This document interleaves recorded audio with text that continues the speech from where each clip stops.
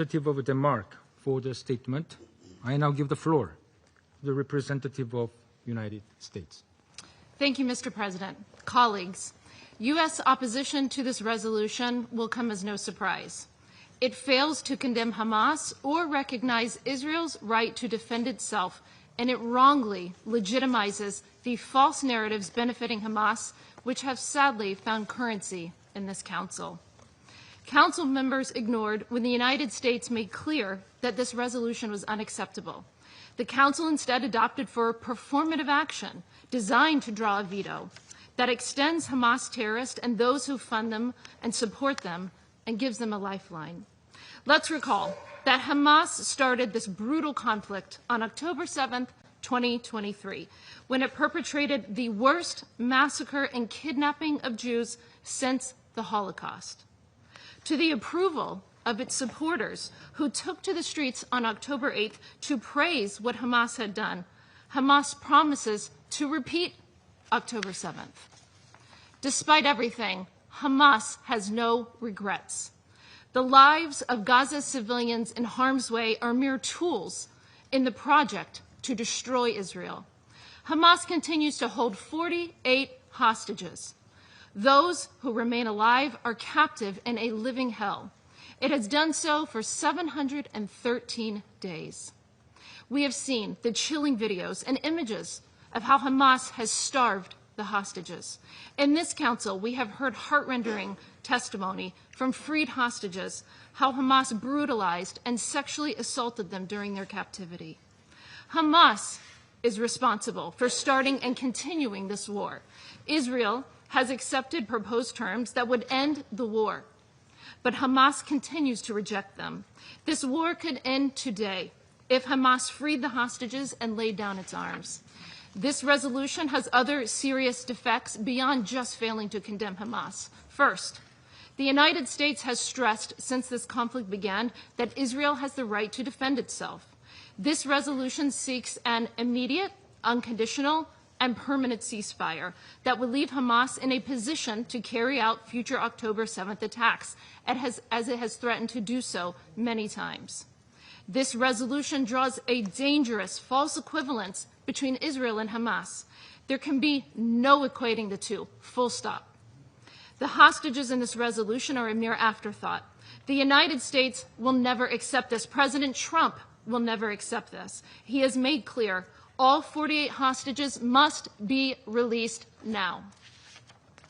This resolution also refuses to acknowledge and seeks to return to a failed system that has allowed Hamas to enrich and strengthen itself at the expense of civilians in need. This resolution wrongly references the IPC report with its flawed methodology, changed standards, and clear bias. Gaza has humanitarian needs because of Hamas, and because the international community turned a blind eye to the true use of the billions in aid that it provided. Israel takes clear risks by working every single day with the United States and regional partners to deliver aid to civilians, as we witnessed today. As Ambassador Huckabee said, initial reports show a terrorist arrived at Albany Crossing, driving an aid truck intended for Gaza, and murdered 2 Israeli soldiers. This heinous act betrays the trust in humanitarian efforts. We offer our condolences to the bereaved IDF families. This resolution fails to recognize the reality on the ground that there has been a meaningful increase in the flow of humanitarian aid.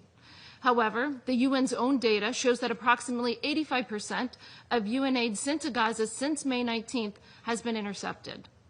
We must ensure that this aid reaches the civilians who need it, rather than sustaining the Hamas terrorists. The Gaza Humanitarian Foundation, the GHF, supports that goal, delivering over 167 million meals to date to those in need, rather than to Hamas. GHF works well, and it is untainted by the extreme failure of other organizations at the UN. The UN and the Council members should support the GHF and other mechanisms, including airdrops by Jordan, the UAE, and international partners facilitating deliveries of food and other supplies into Gaza. These mechanisms have delivered humanitarian assistance and other goods to those in need and denied Hamas the supply on which they have come to rely. So, The United States rejects this unacceptable resolution. It is beyond time that Hamas release every single hostage now and surrender immediately. The United States will continue to work with its partners to bring an end to this horrific conflict for the sake of the people of Gaza, who deserve a future free from Hamas, and the whole Middle East, which is ready to move into a new chapter of peace and prosperity. For these reasons, the United States of America will vote against the draft resolution and urges delegations to join us in voting against it. I thank the representative of the United States for the statement. I shall put the draft. Mr. President, I congratulate the Republic of Korea for its assumption of the Security Council presidency, assured of your wise leadership of these deliberations and the work of this Council. From the outset, I wish to express our thanks to Algeria, to Denmark, Guyana, Pakistan, Panama, Republic of Korea, Sierra Leone, Slovenia, and Somalia, the 10 of you, the E10, and Greece, sorry. We thank you for your leadership and relentless efforts for many long months now to push for a permanent and unconditional ceasefire that would end the massacres being perpetrated by Israel against the Palestinian people, that would release hostages and prisoners, that would end the occupation-imposed famine and unbearable human suffering, and that would stop the forcible displacement of our people and the annexation of Palestinian land. We listened very closely to your passionate statements and your outstanding efforts in order to try to bring this nightmare and this genocide against the Palestinian people to an end. The alternative to all of this, which is demanded by international law and by our collective humanity, is unfolding before our eyes. I can understand the anger and frustration and the huge disappointment of the Palestinian people who might be watching this session of the Security Council, hoping that there is some help is in the pipeline and this nightmare to be brought to an end. I can imagine their anger and frustration that it did not happen, and these atrocities are continuing to be imposed on them.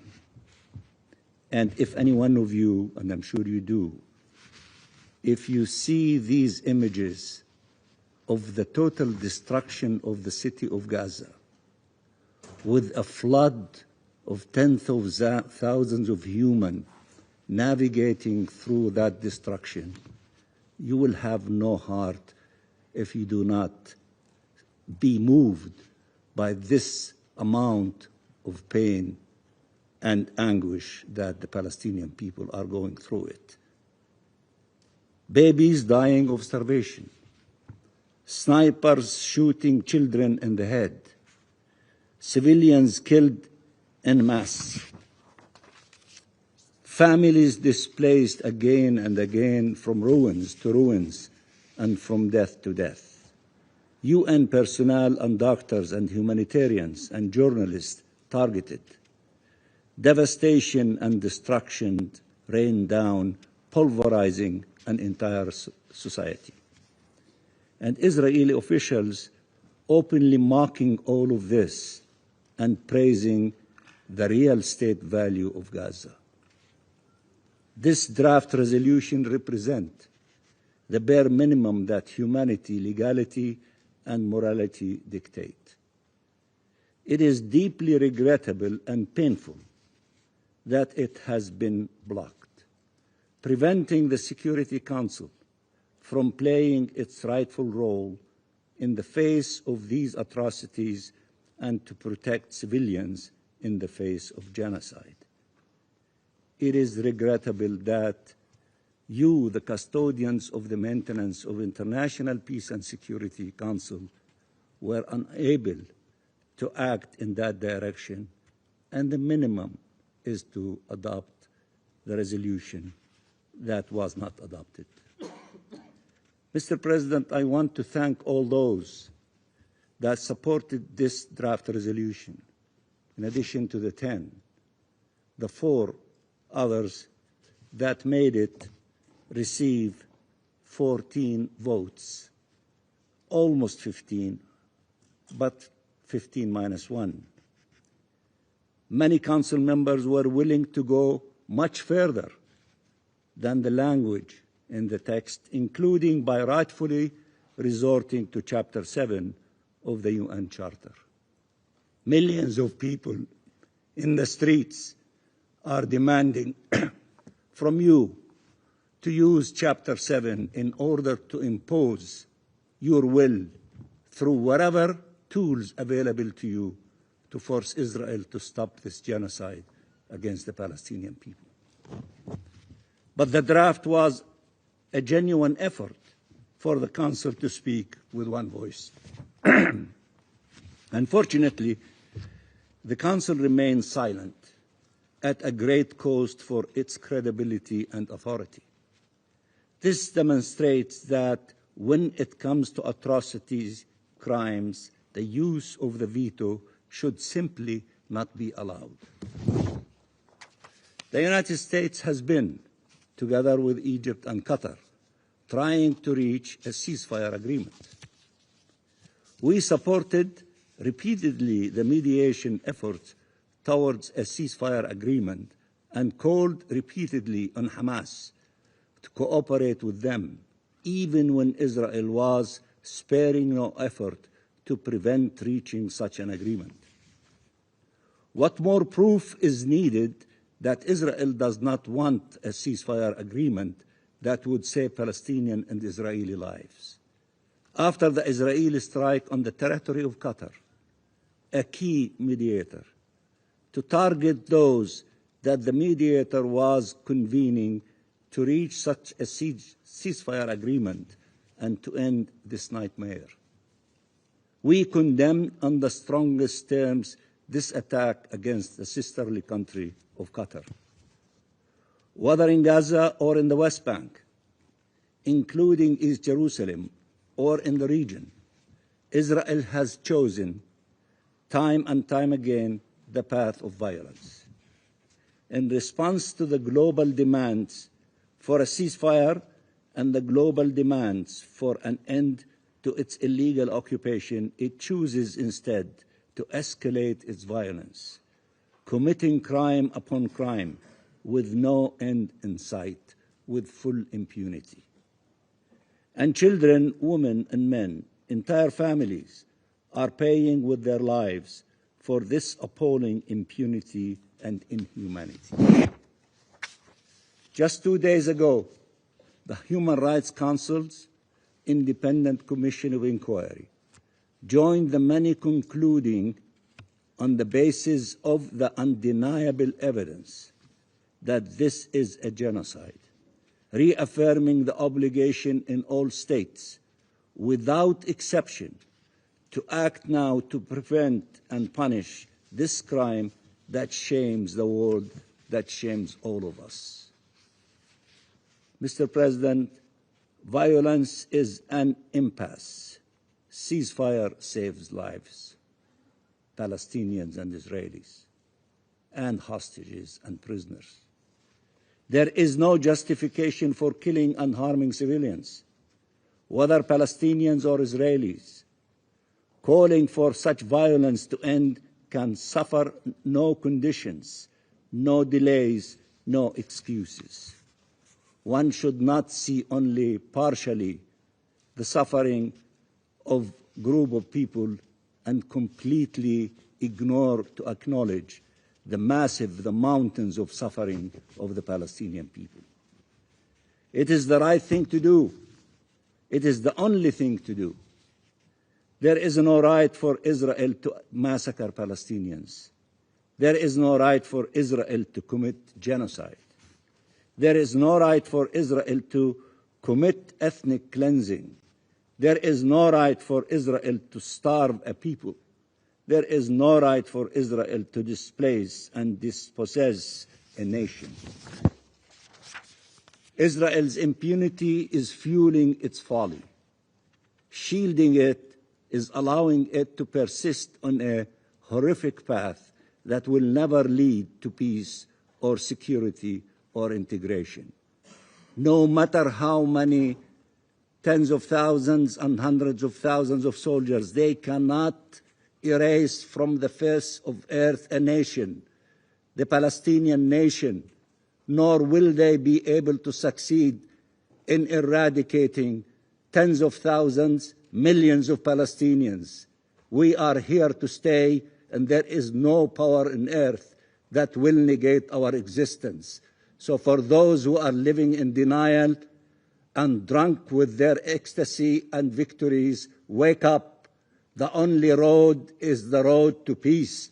The only road is the road of the two-state solution, to live next to each other and peace and security. We are committed to that. The whole world is committed to that. There is only one party, led with a group of fanatic leaders who are refusing to accept that, and they are trying, in a futile exercise, to eradicate the existence of the Palestinian people and their national rights, including their right to self-determination, statehood, and the right of the refugees. Israel must be stopped for the sake of our people and for the sake of the Israeli people and for the sake of our region and for the sake of our international community and the international system created to save humanity. A ceasefire must take place. Hostages and prisoners must be released. Aid must flood Gaza, and the UN and humanitarians must be allowed to do their work, save lives. 2 million people must be saved from this hell. The veto prevented this Council from taking action at a time when it is most needed for the maintenance of international peace and security. But that is not the end, and it will not be the end, as many of you said. All states must take their responsibility and take decisive measures that will deter Israel, the occupying power, from pursuing its criminal schemes against our people. They have the tools. All of you have the tools in your national capacity and collectively. You have the tools, and these tools must be used. Use them, including through an international protection force and immediate tangible accountability measures. We recognize and thank all those who have been taking bold decisions to end the horrors, to end this illegal occupation. The General Assembly demanded a year ago an end of the Israeli occupation by September 2025. Following the ICJ advisory opinion deeming this occupation illegal, and to ensure the rights and freedom of the Palestinian people and the independence of the State of Palestine, and to advance real justice and lasting peace. We urge the implementation of those decisions. We appeal to all to uphold their obligations with action to ensure accountability, to end Israelis' impunity, to protect the Palestinian people, to salvage the two-state solution, to salvage the prospects for a just peace, and that Israel is trying to destroy every single day. Mr. President, there is a future with no violence, no hatred, no killing, where the forces of peace finally prevail, and we are getting stronger, the forces of peace. Not only the 14 of you in this chamber, but almost the entire membership of the General Assembly. And it is growing with hundreds of millions who are demonstrating in the streets asking for peace and asking for a ceasefire. But accessing that future starts by stopping this madness.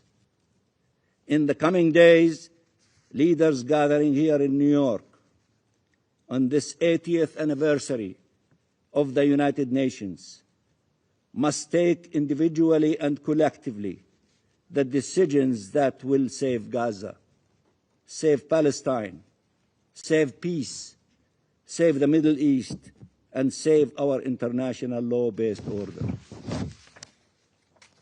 Palestine will be present, whether physically or through other measures. Tomorrow, in the General Assembly, we expect an overwhelming voting on the resolution that demands that Palestine to be present. We prefer that our leaders to be present physically, just to come peacefully, to express the position of the Palestinian people like all of your leaders do. But whether we are physically there, meaning our leaders, or that whether they will participate in other methods, Palestine will be there. It will be the biggest elephant in New York City. This General Assembly will be the General Assembly of the question of Palestine. Action can no longer be delayed. There is far too much at stake. Gaza is the ultimate test, and two Palestinian people for 2 years now have paid the price of our failure to stop the killing machine launched against them. We cannot fail them any longer. We have to act. We have to act now, and we are confident that the army of those who will be joining the action march will get bigger and bigger. Palestine will not be the exception to the rule. As humanity succeeded in putting an end to apartheid, humanity will succeed in putting an end to this illegal occupation, and Palestine will be free, and the two-state solution will be a reality. Thank you. I thank the permanent observer with the Observer State of Palestine for the statement. Thank you, Mr. President. I have the honor to deliver this statement on behalf of the 10 elected members of the Security Council, namely Algeria, Greece, Guyana, Pakistan, Panama, the Republic of Korea, Sierra Leone, Slovenia, Somalia, and my own country, Denmark. Mr. President, as elected members, we represent every region of the world. Importantly, we represent the will and the expectations of the members of the General Assembly by whom we were elected. In electing us, they entrusted us with the solemn responsibility to maintain international peace and security. It is in this spirit and with this grave responsibility in mind that we, collectively and resolutely, present today's resolution. Mr. President, famine has been confirmed in Gaza. Not projected, not declared, confirmed. Desperate mothers are forced to boil leaves to feed their children. Fathers search the rubble for sustenance. People are killed as they try to get food to survive. A generation risks being lost not only to war, but to hunger and despair. Meanwhile, Israel has expanded its military operation in Gaza City, further deepening the suffering of civilians as a result. It is this catastrophic situation, this humanitarian and human failure, that has compelled us to act today. Mr. President, today we will take action on an important resolution. It focuses on 3 urgent and immediate demands. Demands that many member states have made time and time again. No more and no less. First, an immediate, unconditional and permanent ceasefire in Gaza respected by all parties. Second, the immediate, dignified, and unconditional release of all hostages held by Hamas and other groups.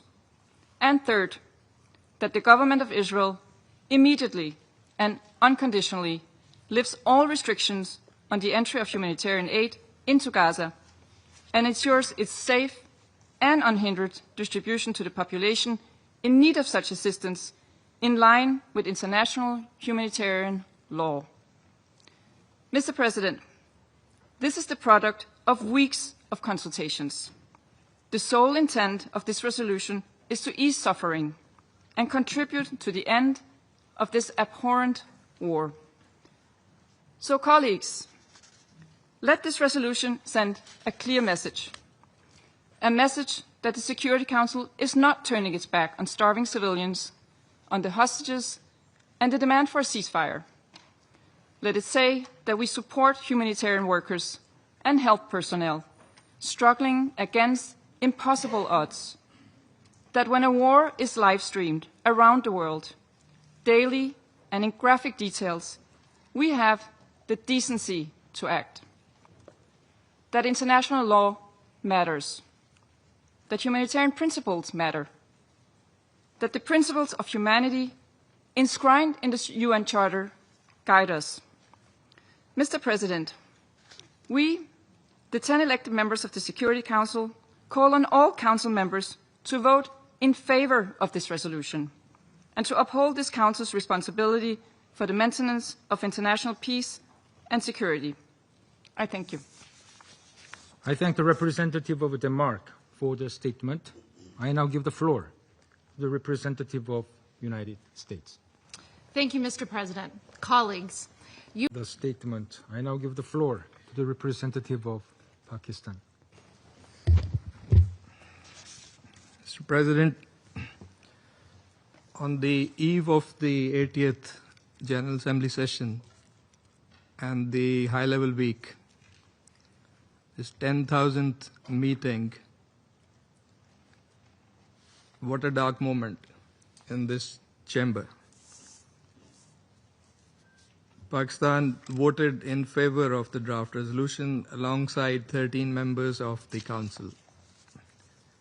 We commend Denmark for its efforts in coordinating this joint E10 initiative. We align ourselves with the remarks of the permanent representative of Denmark. President, Pakistan profoundly regrets that this Council was unable to adopt a draft resolution tabled by the 10 elected members, a resolution solely aimed at addressing the unfolding humanitarian crisis in Gaza. This was not a routine procedural matter. It was an opportunity to act in the face of unprecedented brutality and devastation and mass displacement in Gaza as the Israeli ground invasion intensifies. But let us be clear, it is not for lack of will or initiative. A clear majority of this Council has consistently demanded urgent action to stop the carnage in Gaza. And we have fulfilled our part of that responsibility. What prevented the Council from acting was the exercise of the veto. That carries a heavy responsibility. And that is where the apology must lie. In moments of such grave human suffering, preventing the Council from fulfilling its mandate risks being seen as enabling the continuation of that suffering. Those who have chosen this course must review their position. The people of Gaza are trapped between relentless bombardment and a suffocating blockade. Children are starving. Hospitals have collapsed. Families have no water, no medicine, no shelter. The occupation army has subjected Gaza City to its most punishing attacks in 2 years of war. sending thousands of residents fleeing under bombs and bullets amid fear that they might never return. This is not a tragedy unfolding in silence. It is happening before the eyes of the world, in plain sight, live on our screens, and the front pages of our newspapers. In that grim setting, today's failure sends a dangerous message that the lives of 2 million besieged Palestinians are deemed expendable and can be subordinated to political considerations. Every hour of obstruction deepens the wound and aggravates the suffering of the people of Gaza. Each failure compounds the cost also for the credibility of this council. The human toll is staggering. More than 64,000 Palestinians have been killed. Famine has been officially declared in Gaza, with more than 400 deaths already caused by starvation. Infrastructure lies in ruins. Hospitals, schools, water and energy systems have been deliberately targeted and devastated. Aid workers, journalists, no one has been spared, and generations have been wiped out. Families endure unimaginable suffering, and yes, the safety of hostages is being compromised. Their cries may also be drowning out by the roars of the bombs, together with the hundreds of thousands of Palestinians. And while preventing any moves by this council, there have been assurances of action on ground, and those assurances have rung hollow, as the situation has only worsened, as we have seen.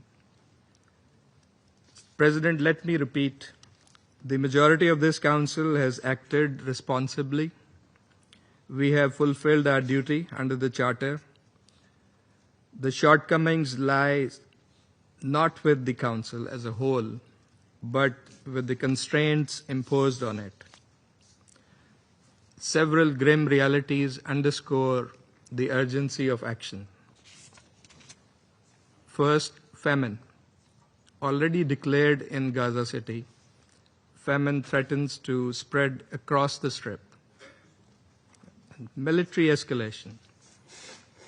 Ignoring the calls for a ceasefire and having repeatedly undermined and sabotaged the negotiations, the Israeli onslaught on Gaza City is now claiming dozens of lives daily and could uproot 1 million people. And West Bank annexation plans. The expansion of illegal settlements in the West Bank, including the latest E1 plan, exposes the entrenched nature of the occupation and its true intentions, a death knell to the two-state solution.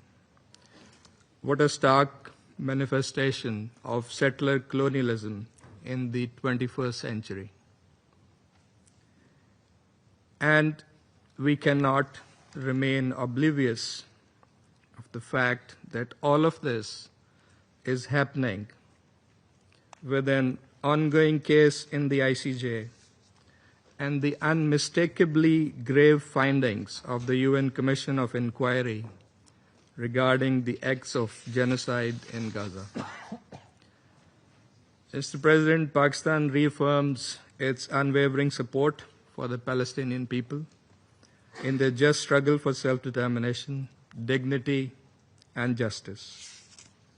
We reiterate the call for an immediate, unconditional, and permanent ceasefire and an end to all military operations, an immediate, unconditional end to starvation and the inhuman blockade, with full unimpeded access through multiple entry and distribution points for humanitarian aid at scale throughout the Gaza Strip, and a just, lasting, and peaceful settlement of the Palestinian question, with the establishment of a sovereign, contiguous Palestinian state on pre-1967 borders, with Al-Quds al-Sharif as its capital, in accordance with the relevant UN resolutions and international legitimacy. Pakistan stands resolutely with the majority of this Council, and indeed with the majority of the UN membership, reflecting the expectations of the wider international community. We stand on the side of humanity and with justice and with international law. The world is watching. The cries of children should pierce our hearts. The anguish of mothers should shake our conscience. Palestine looks to this Council, and we cannot turn away. Regardless of circumstances, we will not remain idle. We will continue to act, to speak, and to uphold our responsibilities. This is our duty. To the brave and resilient people of Palestine, waging a just struggle against occupation for their inalienable right to self-determination and freedom. And there is no other choice. I thank you. I thank the representative of Pakistan for the statement. I now give the floor to the representative of France. Thank you, Mr. President.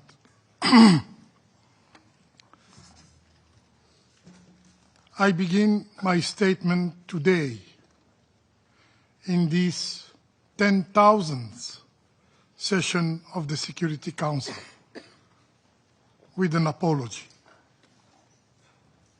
An apology to the people of Palestine, in particular in Gaza, to those whose eyes are turned to this Council today.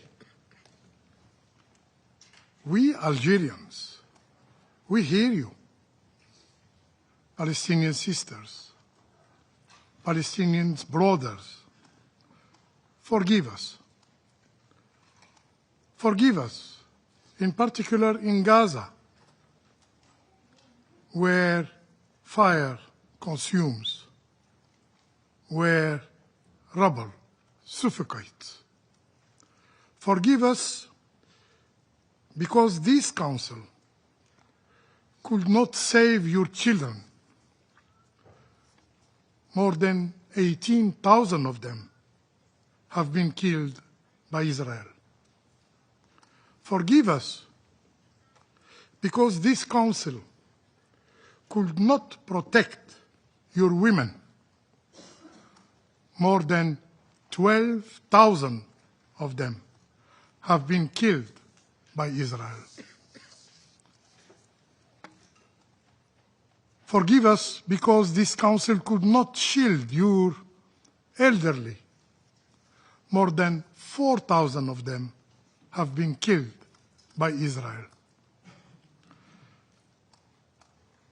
Forgive us because this Council could not defend your doctors, your nurses. More than 1,400 have been killed by Israel. Forgive us because we couldn't defend your journalists. More than 250 have been killed by Israel. Forgive us because we couldn't protect your aid workers.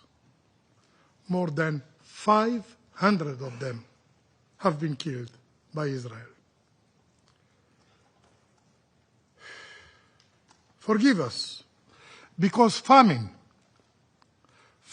now spreads in Gaza, and this Council could not stop it, could not even act to denounce it. because this Council could not halt your forced displacement, and because aid, humanitarian aid, is turned into a weapon. And this Council, this very Council, could not break the siege of Gaza. Forgive us, because the world speaks of rights, but deny them to you, Palestinians. Forgive us because our efforts, our sincere efforts, shattered against the wall of rejection. Despite these sincere efforts, this Security Council was not of any help for you. Why? Because Israel is shielded, because it is immune. Immune not by international law,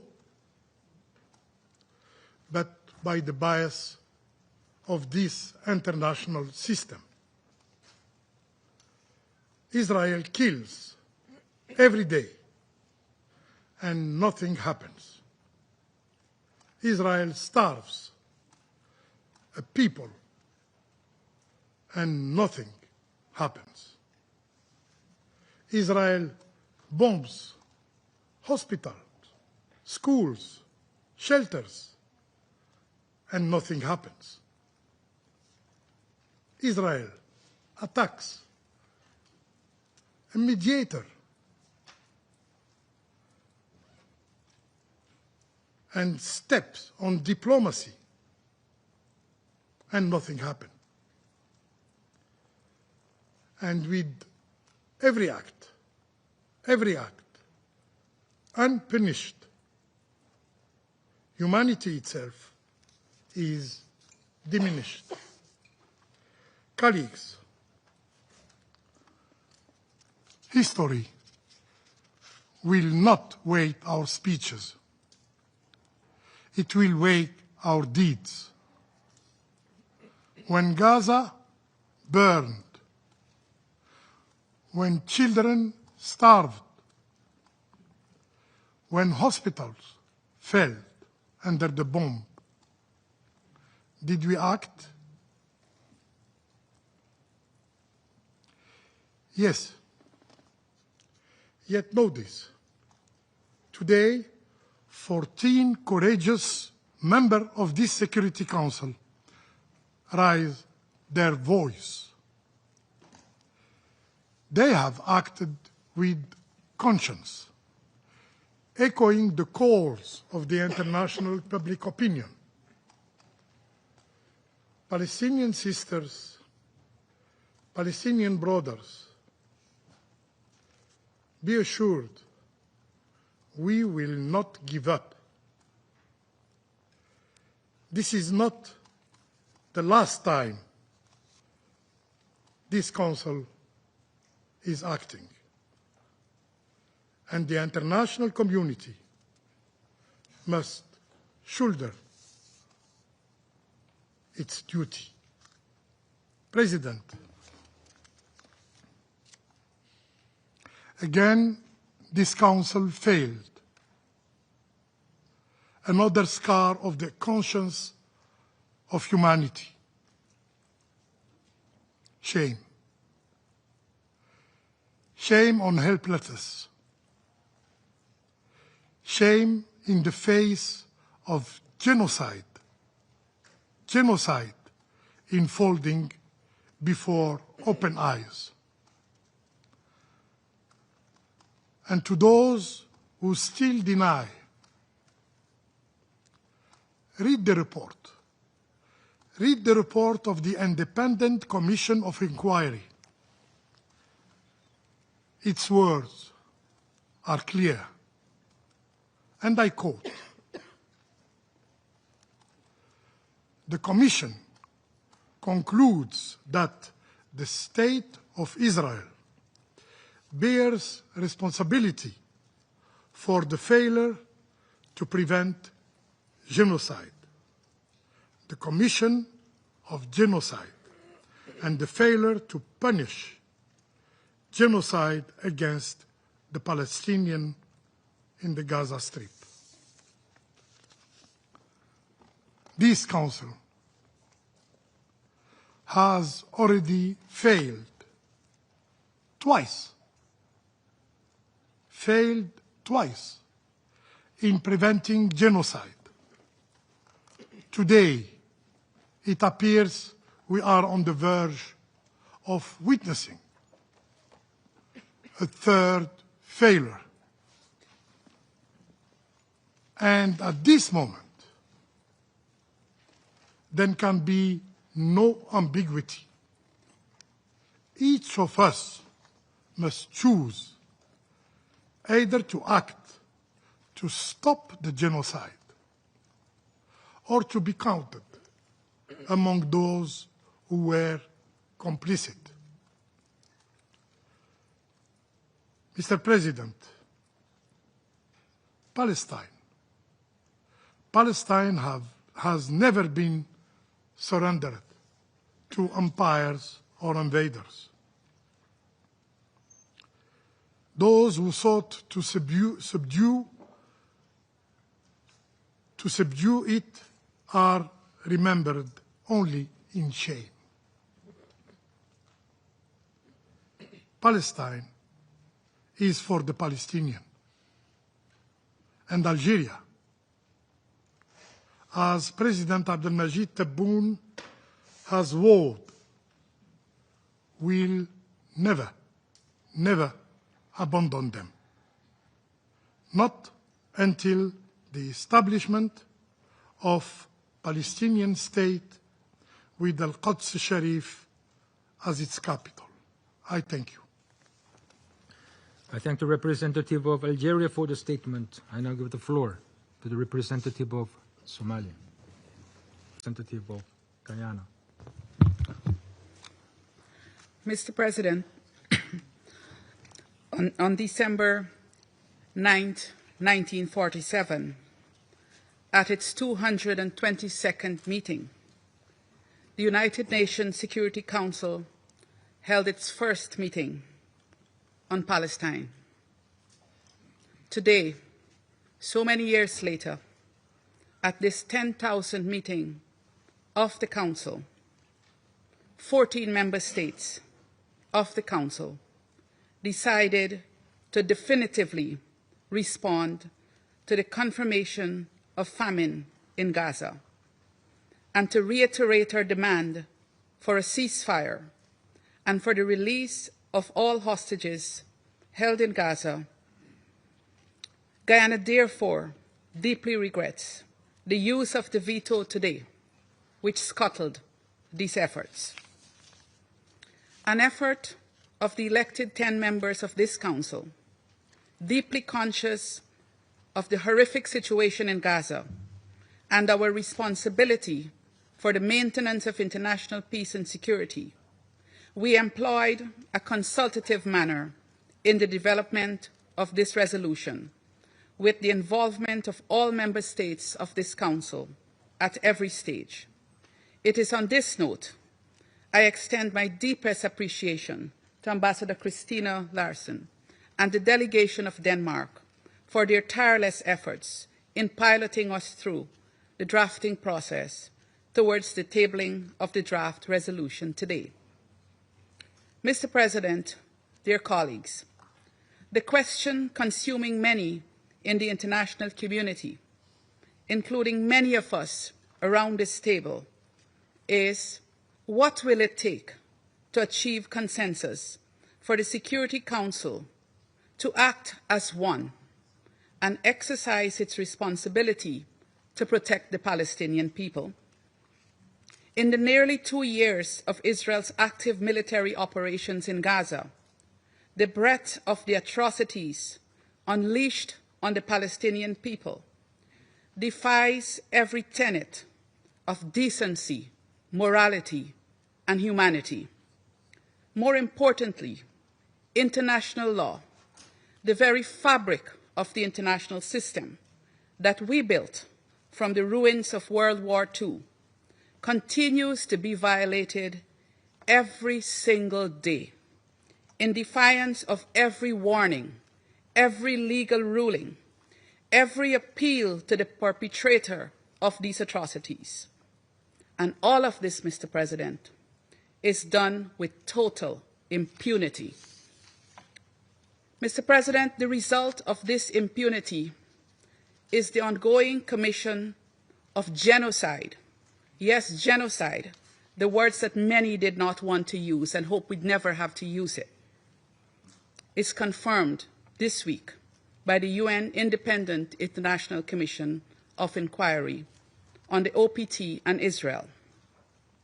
Impunity has also resulted in the weaponization of starvation to the point of creating a famine in Gaza, while Israel continues to impose restrictions on the delivery of humanitarian aid into Gaza. Displacement, destruction, disease, death, these are the squalid fruits that impunity is bearing in Gaza.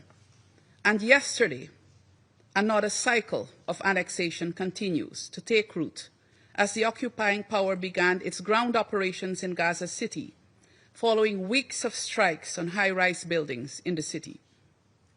At the least, my delegation had hoped that there will be political will on the part of each member of the Security Council to coalesce around the core concerns addressed by the draft resolution.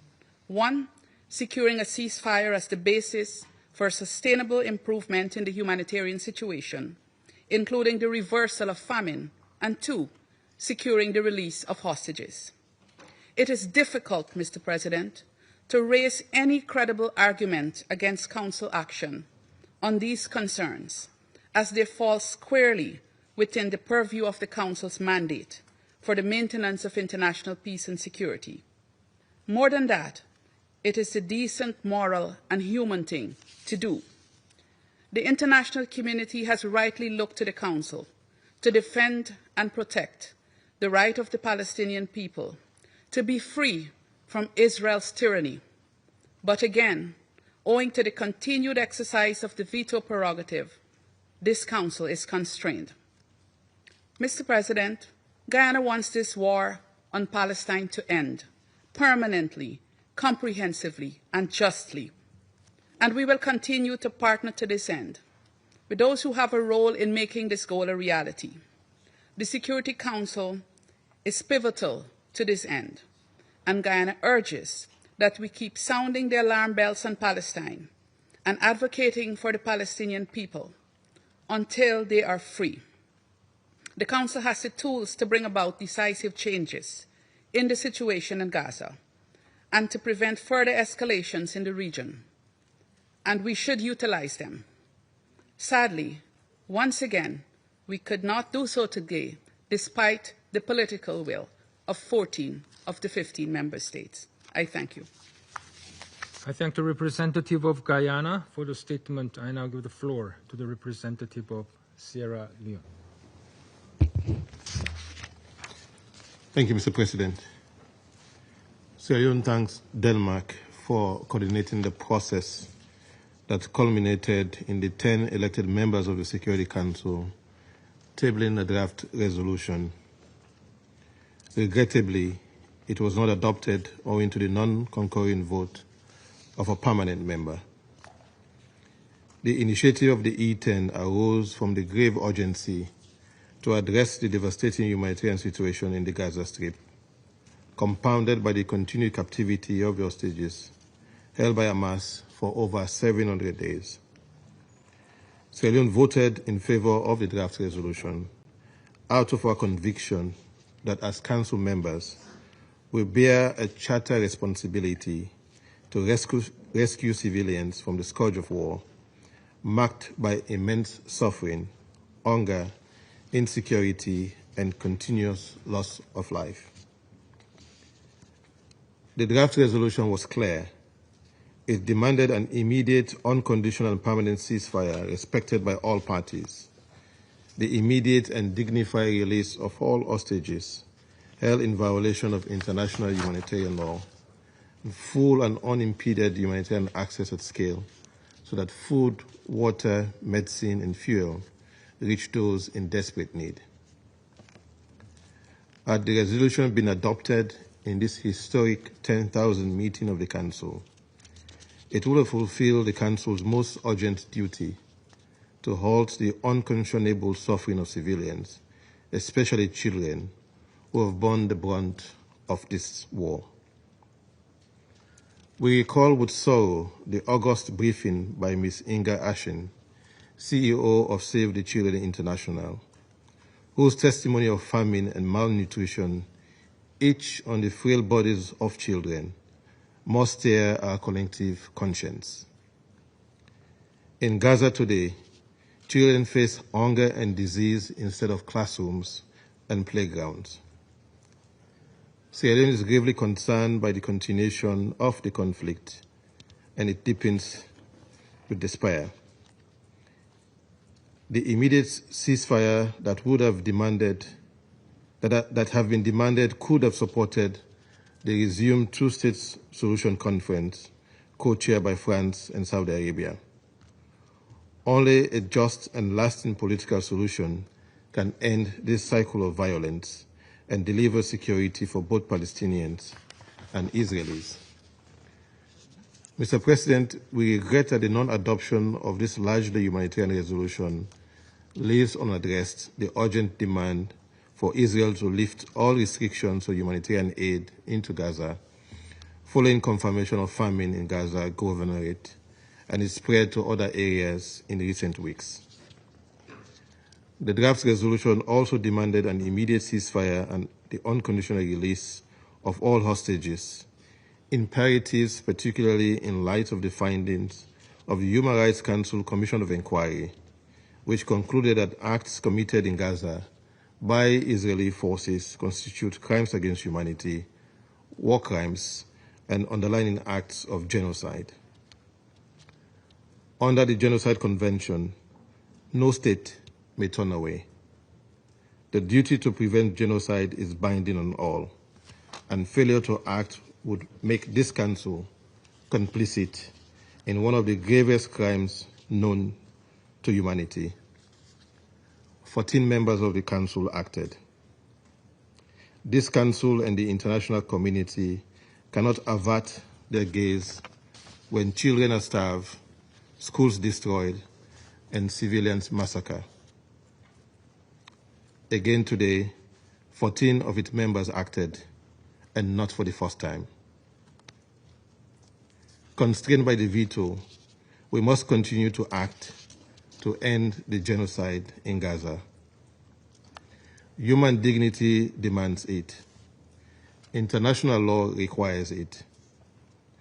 The International Court of Justice has clarified that under the Genocide Convention, states not only have a duty to punish genocide after it occurs, but an active duty to prevent it when there is a serious risk.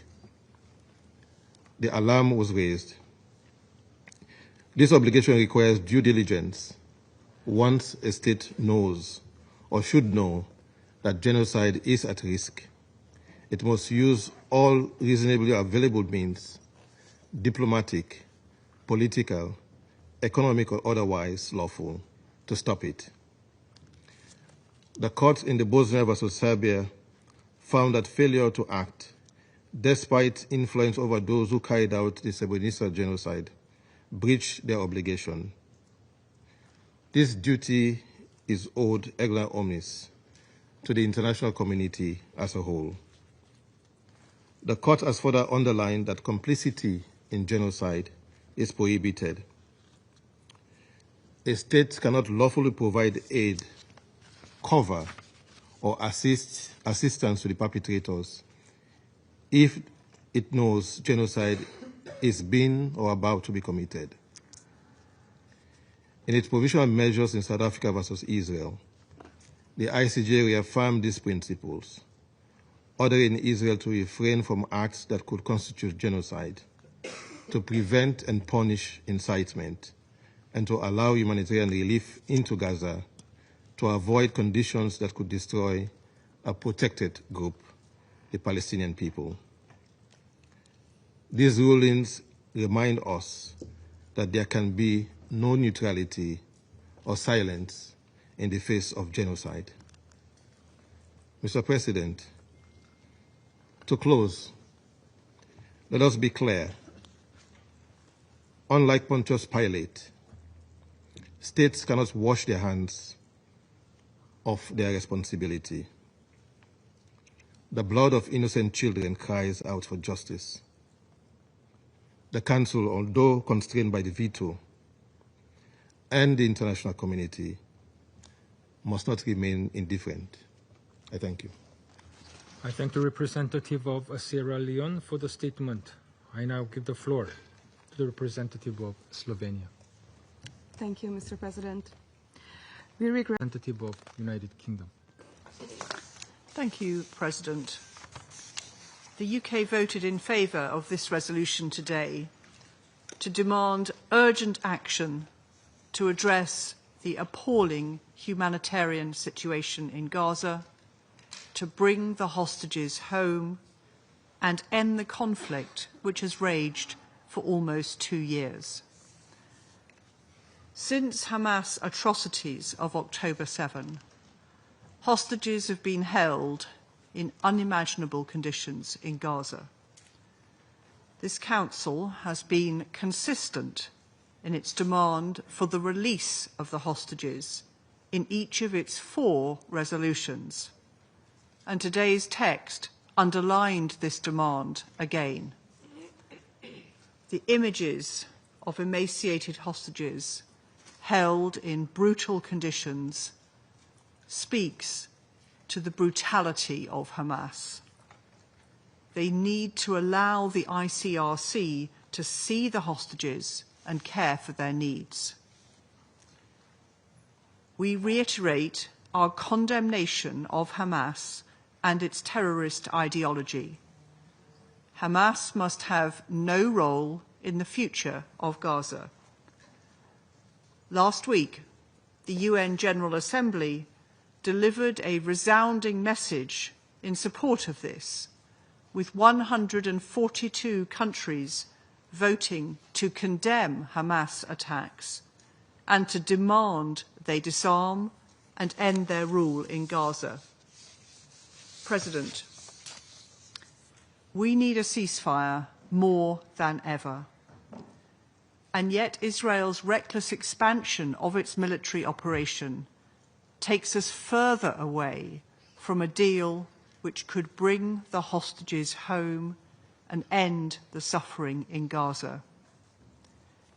We are witnessing an entirely man-made famine in Gaza, and images of starving Palestinians killed while desperately seeking scraps of food for their families. And this week, Israel struck Gaza City Children's Hospital. Newborn babies in incubators and children on dialysis should not be under bombardment. We urge Israel's government to end the bloodshed, which has already cost the lives of 65,000 Palestinians, and to immediately lift its restrictions on the entry of aid and allow the UN and humanitarian agencies to save lives. President, the UK thanks the E10 for drafting and consulting on today's resolution. We regret the Council was unable to reach consensus on today's resolution, but we remain committed to the vision of this text. We will continue to do all we can to end this conflict, bring the hostages home, and work with our partners on a pathway to peace. to achieve a secure Israel alongside an independent Palestinian state. I thank you. I thank the representative of the United Kingdom for the statement. I now give the floor to the representative of Russian Federation.